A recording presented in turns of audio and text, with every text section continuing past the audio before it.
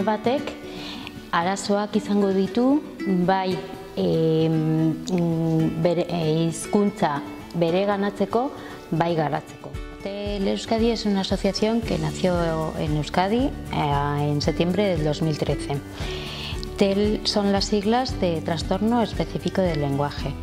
Niños son niños que todos han empezado con un inicio tardío del lenguaje, que se llama, ¿no? Que es, esto se diagnostica como pues cuando un niño de 2 años no tiene un vocabulario de unas 50 palabras diferentes y construye frases de 2 palabras. Bi urteko ume batek gai izan behar da hainbat hitz esateko eta bi kontzeptu lotzeko.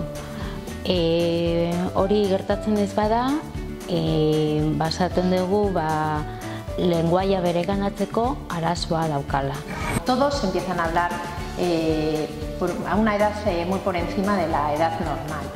Y algunos consiguen desarrollar el lenguaje, aunque siempre es un lenguaje muy pobre.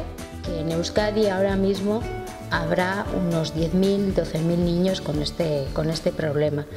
Este problema, claro, si está sin diagnosticar, el que esté sin diagnosticar no quiere decir que no esté. Yo creo que es muy importante el poder compartir con otras familias que lo que le pasa a tu hijo tiene un nombre y que tiene un tratamiento, que en el camino no es fácil, vale, pero que se puede mejorar, no curar, pero que se puede mejorar y que tu hijo pueda llegar a ser un niño normal. Los profesores de los colegios, que son los que van a estar con estos niños día tras día y los que pueden ayudar mucho a estos niños o pueden hacerles mucho daño.